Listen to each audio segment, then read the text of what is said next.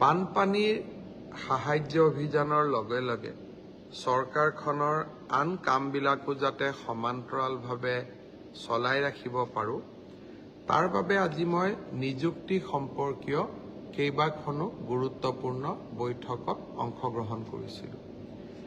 য'তেই মই যাওঁ তাতে আমাৰ আৰক্ষীত আবেদন কৰা ল'ৰা ছোৱালীসকলে মোক সুধি থাকে যে দাদা মামা পুলিচৰ ফিজিকেল ইণ্টাৰভিউ কেতিয়াৰ পৰা আৰম্ভ হ'ব।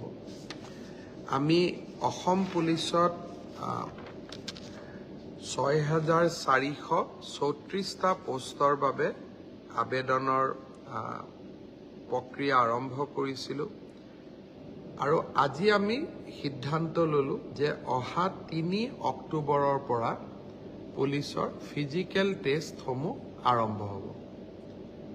গতিকে মই সকলোকে অনুৰোধ কৰিম যে বানপানীৰ যেতিয়াই পানী শুকাব, আমাৰ খেলপথাৰসমূহ মুকলি হ'ব, আমি দৌৰা প্ৰেক্টিছ আৰম্ভ কৰিব লাগে, কাৰণ 3 অক্টোবৰৰ পৰা অসম আৰক্ষীৰ ফিজিকেল টেষ্ট আৰম্ভ হ'ব। মোৰ লক্ষ্য হৈছে যে ফিজিকেল টেষ্ট, ৰিটেন আৰু ভাইবা তিনিওটা প্ৰক্ৰিয়া সম্পূৰ্ণ কৰি এই বিত্তীয় বৰ্ষতে আমি যাতে এই 6,434টা পদ ভৰ্তি কৰিব পাৰোঁ,